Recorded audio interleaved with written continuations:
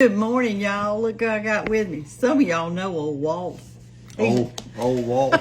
He's my son-in-law. But anyway, some of you don't know him. So I just kind of wanted to introduce you to him this morning. It's early in the morning and foggy outside.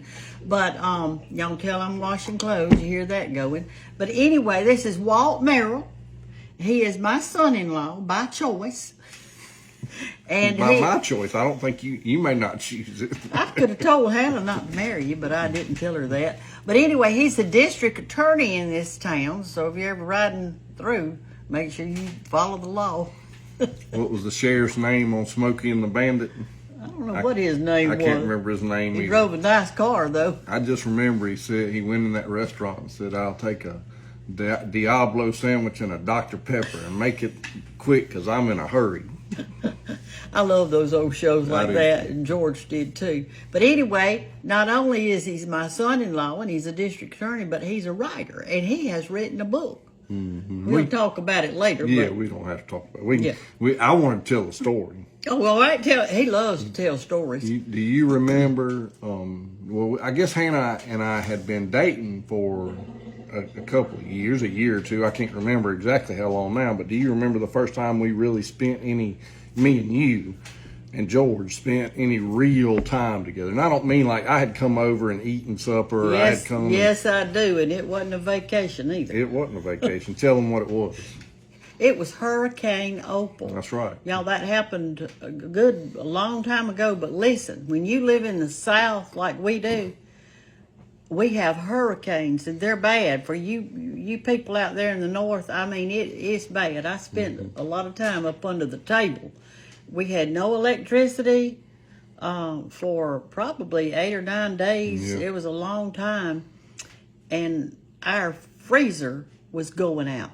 All that food that I had put up, and well, I know that it was pork and chicken and fish and vegetables. Yeah, everything you can imagine. But so I was in college, and when Hurricane Opal hit, and to give you an idea how bad Hurricane Opal was, when it came ashore somewhere around Pensacola, I think, and so Andalusia, Pensacola, Florida, for y'all that know. And so the top right corner of a hurricane is the worst part, and so Andalusia was right in that top right corner, and when we pulled in the driveway, Hannah and I came back from college. A bunch of my fraternity brothers came with me, and we came to help. And y'all, it looked like a battlefield. Every tree in the yard was blown down or snapped in two, and there were trees on top of houses. On top of both our trucks? Yep, both vehicles. I mean, it was unbelievable. And so here we come, and look, we were young, dumb college kids. That's all we were. We were strong. But you had muscles. That's right. We were strong backs and weak brains. That's what we were. And so we packed up all our tents and our camping gear and whatever else we had, and we all loaded up. There was about 20 of us, I think, that came down here. I remember I've got a picture somewhere of all of us loaded up in the back of a pickup truck. And y'all, we didn't have any place for them to sleep. Mm-mm. And so no tell them where you slept. Where did I put you? So we, I don't remember. Y'all camped out over at the pond. Okay, yeah, that's. And I think they bathed in the pond. We did. And because there was like 20 of y'all, mm-hmm. And I didn't have anywhere for them to sleep. And besides, it was hot in this house because hurricanes mostly happen in kind of hottish weather. Yeah. And June to September, June to November, maybe. They slept over the pond, and they worked all day for many days. Yeah, for a long time. I remember we lined up. Thankfully, the county and the state were coming by with dump trucks and picking up debris, and we lined up debris all down the road. Just piles and piles. Plus, y'all lined it up over there and under the power line. We were going to burn it later. Mm-hmm. Took 2 years really to clean up totally. Yeah. But something I want to tell y'all is during that time, I always told you to use what you got. Well, we had to do something with that stuff in the freezer because I certainly wasn't going to let it go to waste. So my sweet husband, to feed all these 20 young whippersnappers, he got one of those big black cauldron pots. Like stir it in my witch's brew. Yes, kind of pot. yes. And for the life of me, I don't know where he got that water to go in that pot. I have Probably. often wondered about that because we have a well, and when our electricity's off, we don't have water to flush toilets or any. But he got water somehow. Well, I mean, I've never thought about it, but I bet I know where he got it from. Where? I bet he got it out of the pond. Well, he might have because it's boiled and That's right, cleaned because it. you kill everything that's in it if you boil it. So he put chickens and pork and beef and everything else and vegetables and tomatoes and onion, whatever we could find in that pot. And we had a huge pot. And back when people were on a trail or something like that, like the Oregon Trail. yes, Wagon train. they kept a pot of beans or something going all the time, and as long as it is kind of sort of semi boiling, and you just keep adding water, it'll last for a month. The stuff's not going to go bad because it's so hot it can't. I think that's where the expression "slow rolling" came from. I never even heard that. Yeah, that's an old expression. I think a slow rolling is rolling boil. Yeah, where it just slowly turns over on itself. Y'all let us know about that if any of y'all, went on the Oregon If y'all Trail. were on the wagon train, you can tell us. That's right. But anyway, so we used what we had, and we did it together. And I really got to know Walt and his friends and everything, and it was so helpful. Y'all, it's devastating. So if you ever have anything around your house that's happening like that, it's a good time to meet people and to get your children involved and we that didn't kind have of stuff. We didn't have a clue what we were doing. Oh, no. I mean, no. I don't even know if I had ever run a chainsaw before that weekend, and I know some of my fraternity brothers had not. And so it was good for us from that standpoint of here we came not really knowing what we could do or how we could help. Right. We just had good intentions. Right. And we just wanted to, to help. do something. Y'all wanted to help. And George was so good to us. He'd teach us. He'd give us all a little instructional segment on how to run the chainsaw so we didn't get hurt, or he'd run it and we'd do the heavy lifting. It all came together in the end. And I guess, what I took away from that whole experience was that, aside from the fact that we really did get to bond, Right. when you don't have, we'd work all day long. We'd go bathe in the pond. And sleep as best you could. But then you didn't have television, you didn't have a radio, you didn't have anything. And so if you remember, we'd sit around at night. After we ate, we'd sit around for a couple hours and we'd all just visit. Talk. That's right. Laugh. You can laugh during hard times. That's right. Might as well, hadn't you? And so aside from that camaraderie that built, during that time, what I took away from it and what I learned from it is that sometimes you just got to try. Mm-hmm. That even if you don't know what you're doing, sometimes you just got to try and see what happens. So for those of you who don't know, I teach Bible study in Sunday school. And one of my favorite lessons to teach is about Noah's Ark. Obviously, Noah's Ark's a great story for a number of reasons, but one of the things I like to remind people of is Noah didn't know how to build an ark. God told him to do something, he just tried. And I guess, I could, like, if I'm Noah and I'm getting on that ark, I'm like, Lord, please don't let this boat sink. And sometimes we got to try. We didn't know how to do anything we were doing. But you know what? You learn from it. That's right. Every time you do something you're not sure of, you learn from that. You learn through mistakes. We learn through mistakes, and we learn through success, both of them. But, I'm always telling y'all to cook a fried pie or cook a biscuit. And some of you actually wrote in and said, I'm scared. I don't think I'm afraid to do it. Well, what have you got to lose? Mm-hmm. Nothing. And on your cabin, you didn't know what you was really doing on that. He's building a cabin over by the creek. I can't wait till he gets through with it. But anyway, if y'all follow him, you can see how he did it. It was great. I have a page too. It's called Shepherding Outdoors, and you can follow me there. Right. That's what she's talking about. And I do post videos there in my cabin, but I do write a lot too. And right. You write a lot about the adventure too, and the kids coming over there. And that's right. And I've never written the story of Hurricane Opal. I think as I'm sitting here thinking about it, I think I'm gonna go back and do that. But it would be a good one. You need to write that because I want the children to know. Y'all, George and I spent a lot of the time during the actual storm. We've got that. I know you've seen it. That big table in there that's in the dining room that George made. I think it's Where we always 14 have feet Christmas. long, yeah. We always have Christmas dinner and Thanksgiving dinner Right. at that table. Well, we spent the night under that thing, and it's hot. And we had quilts going over it to hang down, so if any glass blew in, we'd be safe. And he kept me as calm as can expected, because a hurricane lasts a long time, a lot of hours. That's the difference. The big difference between a hurricane and a tornado. And what I tell people is a tornado is 150 mile an hour winds that last for 3 minutes, and a hurricane's 150 mile an hour winds that last for 3 hours. Or longer. Or longer, yeah. Yes. Because the eye will come through, and then it starts again, and trees hitting, and pine cones hitting the top sound like bombs. You know, talking about not knowing what you're doing and just trying, and you talking about those fried apple pies, it made me think about, we were talking about earlier about Hannah taking those pottery classes. Yeah. And so Hannah and Bay have decided to take pottery classes, and they go once a week, and they, you know, they got the little wheel, and they're, you know, they're having the best time. Yeah, they are having a great time, and they're firing the kiln up and burnt. I don't know how you do it. And then they painted. They had to paint it after on a certain stage. They painted it. I can't wait to show y'all what they made. But you know, neither one of them knew what they were doing. No. They just tried. That's right. And the really, and this is what I write about a lot, and that's why it's so compelling to me, is that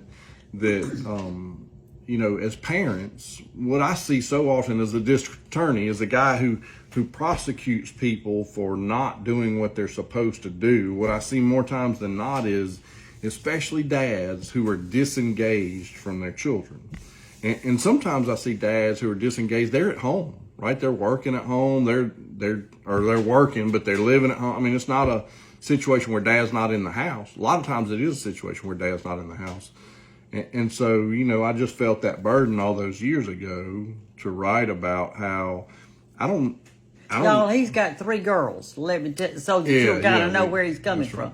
And there was a time in my life where I looked down on the table and said, "Oh my gosh, I got 3 girls. What am I going to do?" And because I grew up, my mom was this really independent businesswoman. She was not feminine at all. She was not domesticated. I had 2 brothers who were just rough and tumble, kind of blue collar, and I didn't know anything about girls at all, right? And so I think God was trying to teach me a lesson by giving me 3 girls, and one of the lessons I learned was sometimes you just got to try.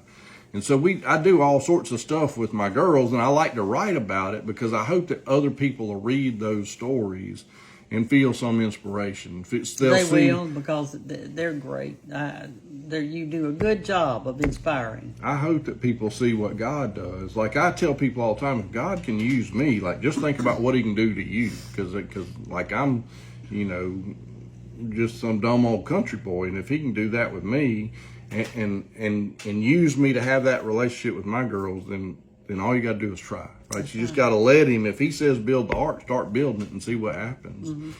And so I hope people will buy that book that you mentioned earlier. You can get it at shepherdingbook.com. Will you put it in the writing part so they'll see? I will. Okay. But I hope that they buy it and they read it from the perspective of, you know, like... Tell them the name of it that's on it. Okay. It's called 3 Dog Days. 3 Dog Days. And so people say, well, what's that about? Well, I got 3 girls. They're not dogs, although sometimes they bite and bark like dogs, but they're like a lazy bulldog. Yeah, we have this expression down in the South, and maybe it's all over, but it's the dog days of summer. And the dog days of summer are that, you know, like I know it's the dog days of summer when the dogs start digging holes in the dirt driveways because they want to get down to that cool dirt, and they'll lay down in that hole. And then when you pull up on your truck, that dog don't want to move at all. That's how you know it's the dog days of summer. And you know what? Sometimes parenting feels like that. Mm-hmm. And so in this book, I wrote a bunch of stories about how sometimes the girls were stuck in the dog days. We might be on some trip. We might be camping in the Everglades, and somebody just didn't want to get up or didn't want to go, or the tide was working against us and they didn't want to paddle anymore. One time we were in the Mobile River Delta until 2 o'clock in the morning because the tide was coming in and we were having to fight the tide. You were alligator hunting, weren't you? No, that time we were camping. Oh, okay. We have been alligator hunting, but that time we were camping. But, in parenting and in life, sometimes it's a dog day. And you just got to keep pushing forward, and you got to keep trying. And not get discouraged. That's right. Don't get discouraged. Noah built that ark for 120 years. I didn't realize that. He sure did. And so you don't quit. You don't stop. You don't disengage. You don't pull back. Sometimes my girls say things that hurt me so bad, and I try to be like a bulletproof vest. I just let the bullet hit me, and I let it fall off, and I keep going on. And hug them. And hug them and love them and just try to keep moving forward. Teenagers pretend like that they don't want to be hugged, but they do. Mm-hmm. They really do. It's just that they don't want to admit it. Kate, whenever I'll force her to hug me, she's like, oh, I know it. It's great. But he is a good writer. You will love the stories. You'll cry sometimes when you read them. You'll laugh. And you'll get ideas of things you can do with your family and your children and that sort of thing. And I write short stories. Yeah. You can. Yeah, that's right. You can read one of my stories in 15 or 20 minutes, and they're entertaining. They're not. This is not a how-to book. Okay. And it's also good for all ages. That's right. Teenagers will read it. There's teachers that read those stories in the classrooms to their children. Yeah, I have a lot of teachers buy my books to read to their kids. So it's good, clean reading and short and faith and family. Mm-hmm. Faith and family. That's faith right. and family. That's what gets us through every day is faith and family. So shepherdingbook.com is where they can get the book. They can also call, and I'll put this in the up top too. 1-800-361-8059. So the book will ship. This is the great thing is you're going to give them a credit card, right? And they're not going to charge you until the book ships, and the book's going to ship sometime around November. So it'll be here just in time for Christmas. That'll be good. So it's a great Christmas present. So go ahead and start thinking about that now. I do hope that you'll get it. I do get a lot of positive response. And somebody texted me this morning. I post every day, and somebody texted me and said, my wife's over there crying because she could relate so well to what you just wrote about. And I wrote back, I said, that makes me feel good to know that because I write hoping people will feel the things that I'm feeling. That's right. And so I really hope, or I feel like that if you read this book, you'll feel it too. And because, we inspire one another and we influence one another, either for the good or the bad. And that's important that we know those kind of things like that. And I want to be positive too. There's so much darkness in this world, and all I try to do is write about being the light and being positive and that's right. Encouraging and uplifting. Be an encourager. That's right. Encourage your children and family, and you can do it by doing things together. That's right. Whether it's taking a walk or catching a bumblebee or whatever. Just get outside and do something. I don't know about the catching the bumblebee. Well, William and I do. We get a your kids have done it with me. We get a mayonnaise jar and do them like that. When I was little, I used to go to my granny's house and shoot bumblebees with a BB gun. God, you were a good shot. Well, they'd hover right around the azalea blooms. They'd pretty much stay in one place. Oh, well, listen, I thought of something else. I want to make sure I say this while we're talking to you this morning over your coffee or grits or hopefully not cereal, but anyway. Sometimes I don't feel good, or either I'm on a trip that I've got to do a speaking engagement or something, and I asked Walt to post for me. And so when you see Walt Merrill up there, but he's posting something that I've asked him to post, that's to him. Yeah, a lot of times people think, oh, well, this is a scammer. This isn't really Brenda. But it is. Yeah. And you'll see my part down there on the bottom, but it's got his name under it. It's hard to tell sometimes. There's a lot of scammers out there, and we wish we could do something about so them. So this is who when you see Walt Merrill up there on my post, it's him. Yeah. Do follow my page too, Shepherding Outdoors. Spell it. It's spelled funny. Well, shepherding is one of those words that can spell about 4 different ways. I know it. It's a bunch of H's and a bunch of E's. That's the best way to remember it. SHEPHERDING Outdoors. Shepherding Outdoors. And he's shepherding his children. That's and right. Anybody else he can shepherd. Because I figured out that with those 3 girls that were sitting at the other end of the table, and I was like, I figured out that I wanted to play with G.I. Joe and they wanted to play with Barbie. And that wasn't ever going to work. I tell people all the time, G.I. Joe kept killing Barbie and that just wasn't working out. And one day the good Lord said, look, I gave you the greatest playground in the world. You need to take those girls outside. And so we went outside and we've been outside ever since. So we go shepherding outdoors. All right. Well, that's good. Yep. We've enjoyed being with y'all this morning and having your coffee. Have a great Saturday. What does that say? Dad joke something pro. Banks gave me this cup. She says I'm a dad joke pro. You know, like if you want to hear a dirty joke. Is it you? A white horse fell in the mud. Oh gosh, that's old as Methuselah. That is. Well, listen, y'all have a great day and do something with your babies today and give your husband a hug, or husbands, give that wife a hug. Just try. Just get up and try. See, it'll take you places, I'm telling you. That's right. Love you. Bye-bye.